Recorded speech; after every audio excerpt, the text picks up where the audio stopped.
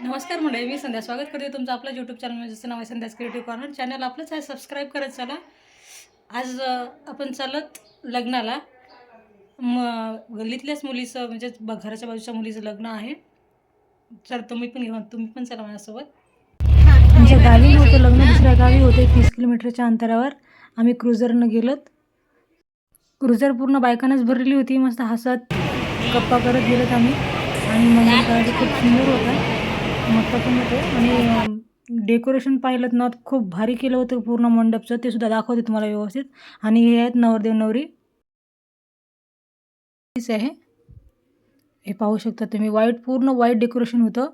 आणि अख्खं काय म्हणतात त्याला, मोगरा असतो ना आपला, ओरिजिनल मोगऱ्याचं. आता कुठं कुठं कसं आर्टिफिशियल फ्लॉवरचं सुद्धा डेकोरेशन असतं ना, सगळं इथं ओरिजिनल फ्लॉवरचं डेकोरेशन होतं. आणि पूर्ण मोगऱ्यांचं डेकोरेशन, तेवढं सुगंध भारी सुटला होता वरी गेल्याच्या नंतर स्टेजवर. आणि जेवणामध्ये म्हणजे स्वीट चांगलं होतं. आणि ते जे तांदळाचे जे पापड असतात ते सुद्धा खूप छान. जेवण झाल्याच्या नंतर मग फोटो काढण्यासाठी आम्ही पण स्टेजवर गेलो. असं सुगंध सुटला होता ना मस्त स्टेजवर. पूर्ण मोगऱ्याचं खंब्याला मोगऱ्याचं डेकोरेशन केलेलं होतं. छान वाटलं, नवीन काहीतरी. मी हे दाखवते का म्हणजे तुम्हाला वेगळं काहीतरी म्हणजे डेकोरेशन वगैरे पाहण्यात यावं, आणि कोणाला काही करायचं असेल तर यातून सजेशन भेटावं म्हणून दाखवते. लग्न लागलं की लगेच घराकडे यायची ओढ खूप होती. ऊन एक खूप वाढलेलं आहे. आणि घरी एक नाही, आमच्या रुबीच्या घराची सुद्धा टूर द्यायची होती तुम्हाला, म्हणून आमच्या रुबीच्या घराची टूर द्यायचे. हे आहे आमच्या रुबीचं नवीन घर. अगोदर ती असेच इकडे तिकडे बांधून ठेवत होतो, पण तिला सेपरेट घर केलं रुबीला आम्ही. त्याचं खर्च काय कसं केलं काय नाही तुम्हाला पुढे दाखवेनच मी. जे एक्झॅक्ट आपला इथं वरी झाड आहे सगळे, आणि हे पायरीच्या एक्झॅक्ट खाली रुबीला घर केलेलं आहे. रुबी, नोबी,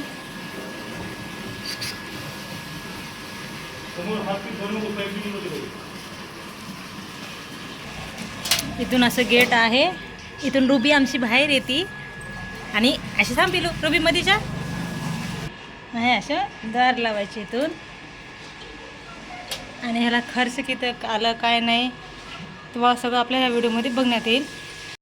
अगोदर ना इथं चपलीचं स्टँड होतं आणि गॅस वगैरे ठेवायचो आम्ही इथं. पण रुबीचं हे घर करायचं फिक्स झाल्यामुळं चपली स्टँड बाहेर ठेवावं लागलं. मग त्यांनी इथं बेत घेत होते व्यवस्थित, म्हणजे सगळं मोजमाप घेत होते ते भैया.